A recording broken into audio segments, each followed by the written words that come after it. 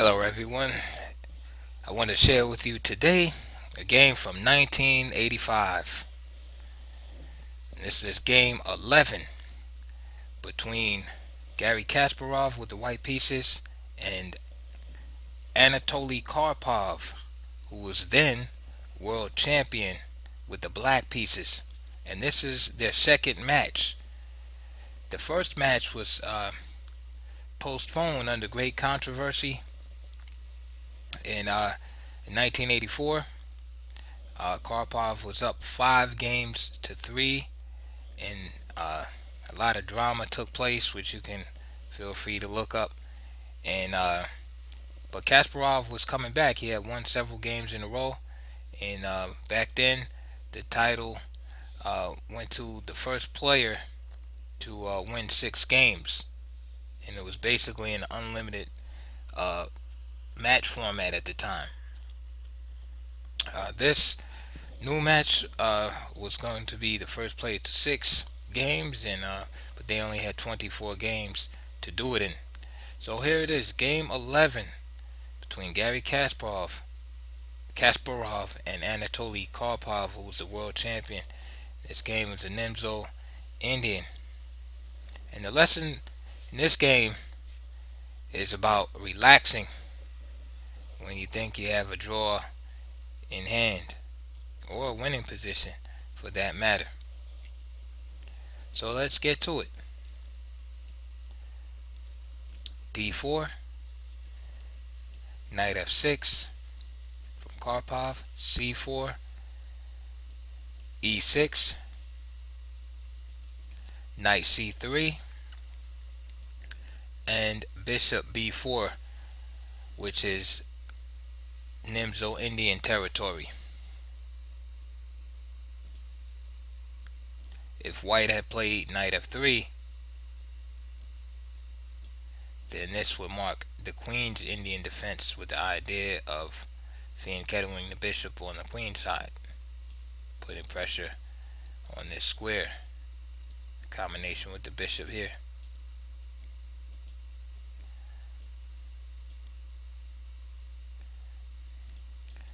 This is known as the Bogo Indian, named after Efim Bogolyubov.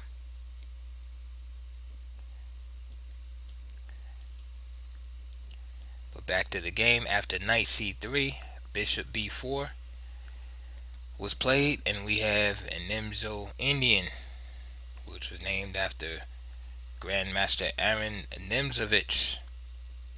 And we see this bishop is exerting a pin on the knight on c3, rendering it ineffective in its defense of the e4 square. This gives black control of that square, and this is what is known as a modern defense, as black has chosen to control the center with his pieces, as opposed to direct occupation in the center with his pawns, as we see white has here. So I just want to mention that also the Nimzo Indian for Kasparov was a new addition to his repertoire in this match. In the first match with Karpov, the he was playing knight f3, and Karpov was going into the queen's Indian and obtained good results. So he had prepared the Nimzo Indian especially for this match, and it really wound up winning him the match. So after bishop b4, knight f3,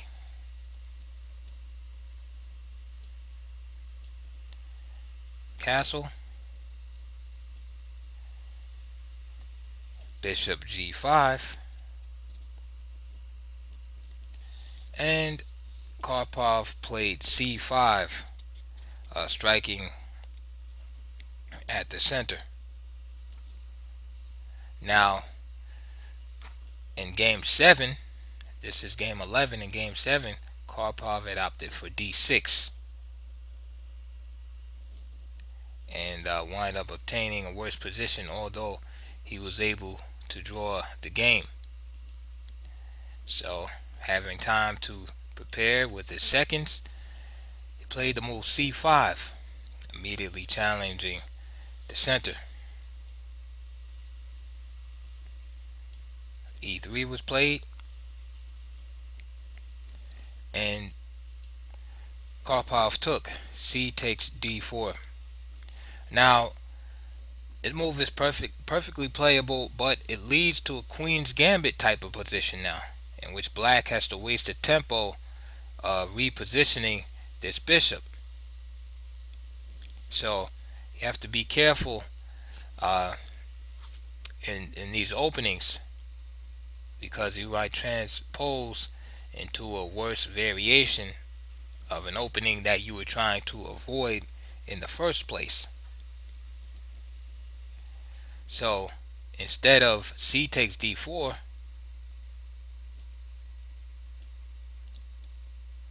d6 is possible, and queen a5 is also possible. Very interesting, allowing the double pawns here.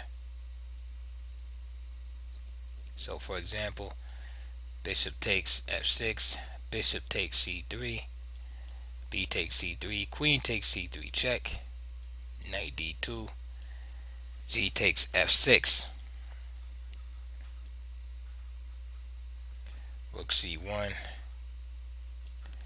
and queen a3. And I think black is okay here.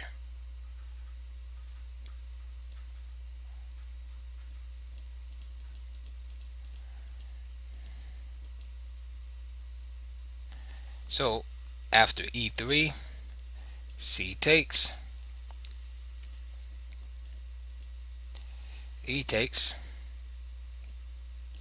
h6, bishop h5, d5. And now we can see that this bishop probably should be back here, just like in the queen's gambit. Rook c1, d takes, bishop takes c4. What I find interesting, or what I found interesting about Karpov's choices of moves here, is that he opens up the position. Although he gives white an isolated pawn, this is right up Kasparov's alley. A great, legendary, dynamic, attacking player. This is like a dream position. Remember, the isolated pawn itself is not bad. It depends on the circumstances of the position. And here, it's a good isolated pawn, influencing the squares in the center on e5 and c5. White's pieces are developed. He has a lead in development, and and he also has a chance to push d5 if need be. So I think black has a great position here. Karpov obviously felt that he probably could eventually blockade and then win this pawn. But we can definitely see here that, again, this bishop probably needs to be back here. So after knight c6, castle, and bishop e7. So he uses a tempo to correct his position. Rook e1, and white's pieces are just perfectly placed. Can't think of better squares. b6, got to develop this guy, right? e6, there's no way to get out. Can't get out that way, so the best square for this bishop is on this diagonal. After b6, a3, and I mentioned d5 earlier. So d5 here, knight takes d5, bishop takes d5, e takes d5, Queen takes d5. Queen takes d5. Knight takes d5. Bishop takes h4. Knight takes h4. And knight d4 would provide some relief to black's position with the massive trade-off of pieces. Although I do feel that white is better after rook cd1, but black can surely hold that. And I'm sure also in that line there are probably some improvements. For instance, instead of taking with the queen as I did, knight takes d5.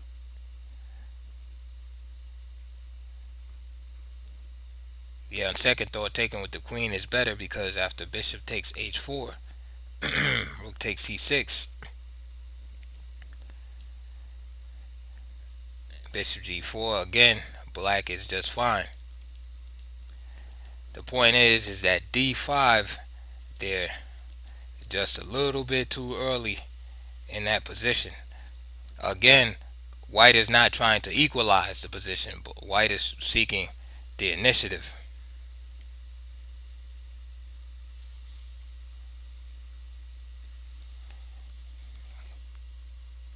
Again, in this line of d5, knight takes d5, bishop takes d5,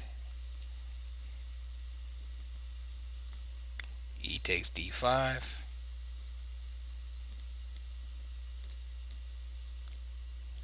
and for instance knight d4, leaving this guy on prise but attacking the knight on c6. Bishop takes h4, knight takes c6, and bishop takes f2, king takes f2, queen f6, check, which surprisingly works out well for for white. And this is all due to white's lead in development. After queen takes c6, knight takes d5, and look at white's pieces.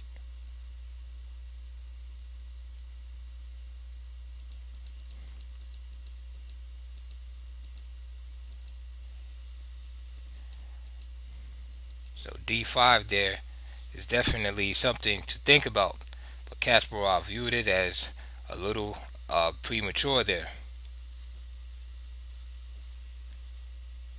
So after b6 and a3, bishop b7 was played. Kasparov played bishop g3.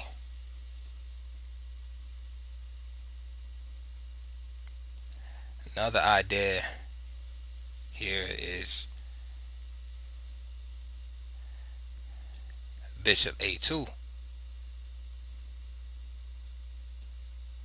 maintaining the pin on black's knight on f6.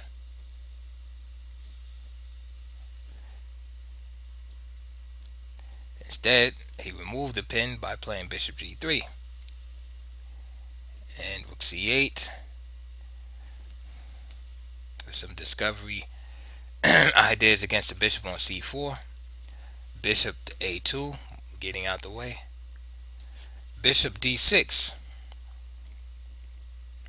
And now we see Karpov consolidating his position, looking to trade off some pieces and then attack and win this isolated pawn in an endgame.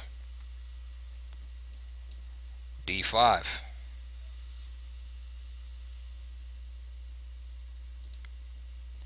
Again, Kasparov could have tried to reintroduce the pin by playing bishop h4 and, for example, bishop e7, queen d3, knight d5, which is a suspect move, but just for illustration. Knight takes d5. Bishop takes h4. Bishop b1. g6. And knight f4. And that's great for white.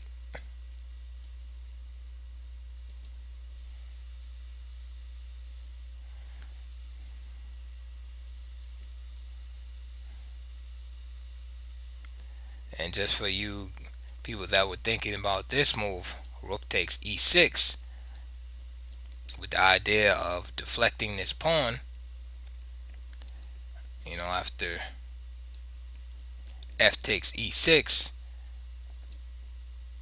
and queen takes g6, leading the mate, black has a nice in-between move here, and the move knight e5, which unleashes an attack on the d5 knight. The rook is still under pressure, and also this rook on c1 is threatened. So after rook takes c8, well, knight takes d3, and rook takes. The rook has no choice but to retreat.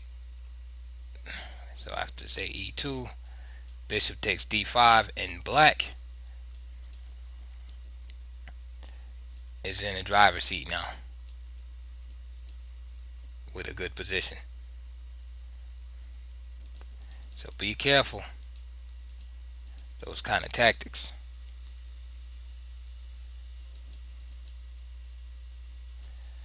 Alright, so let's get back.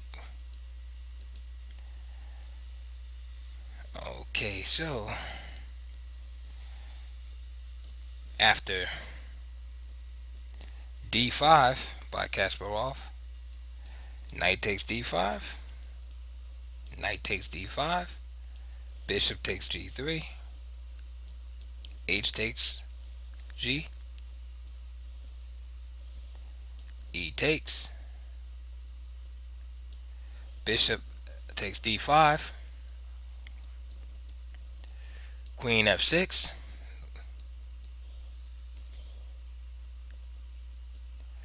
queen a4, which trumps black's threat because he has 3 pieces on this knight on c6, and if the queen were to grab the pawn on b2, then the knight would be lost.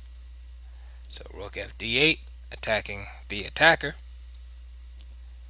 and rook cd1.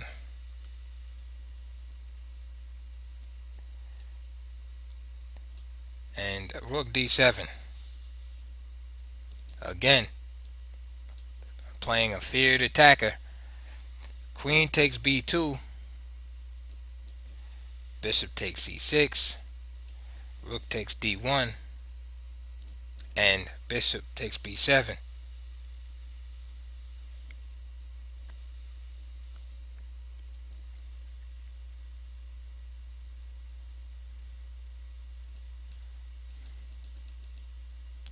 So Karpov refrained from playing the move queen takes b2. So after rook fd8, rook cd1,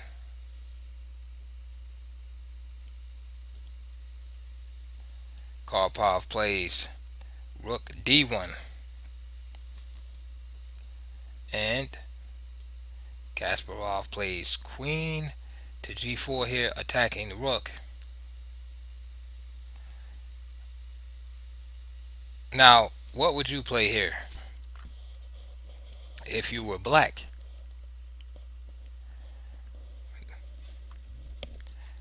If you want, you can pause the video here and try to work out the continuation. Now, at this point, Karpov had been under a little bit of pressure from Kasparov, and he had come through the storm, so to speak, and he had, traded off some pieces and began to consolidate his position. Uh, the pawn structure is perfect for black. White has a small blemish in his pawn structure with the H pawn being on G3, but that's no big deal. All of black's pieces are developed.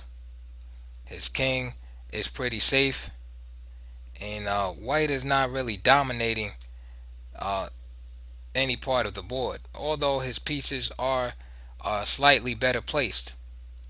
This is a good game for black. That's how Karpov is feeling right now. He has just this threat to deal with. Queen takes uh, d7 to deal with, and then he still has this pawn under pressure.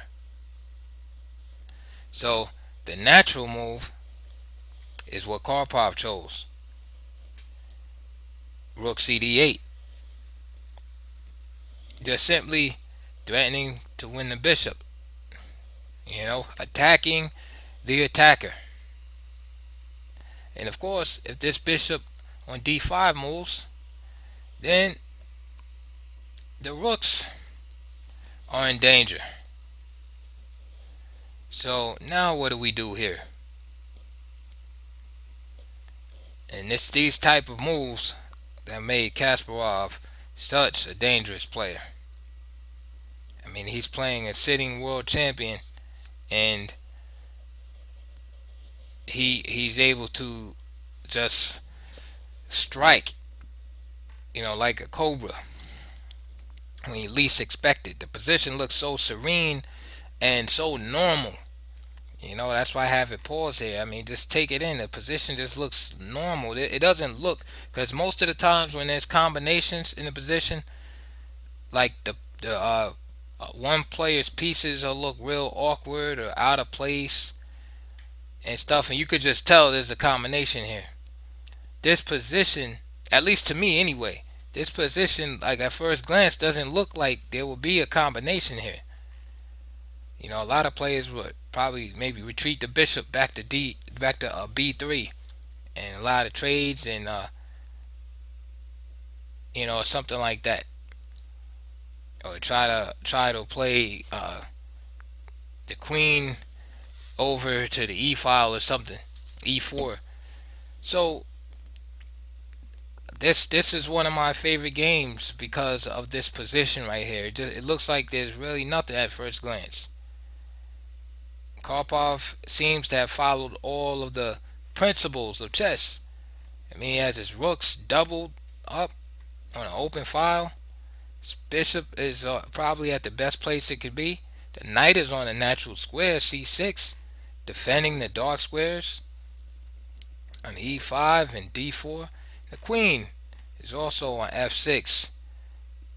Just centralized and just in great position. The pawn on h6, providing an escape for the king, so there's no back rank danger. Whew. So what did Kasparov do here? Queen takes d7.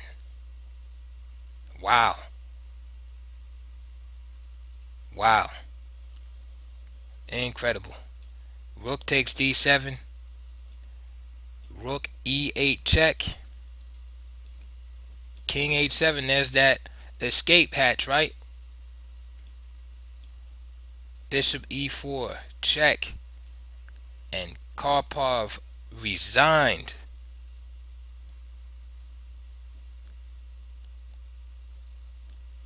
If g6, then rook takes d7. This is on prise. So for example, bishop a6, then simply bishop takes c6, queen takes c6, and rook takes f7, mate. That was just a beautiful game by Kasparov. I hope you enjoyed that. Please like and subscribe, and I'll see you later with another beautiful game.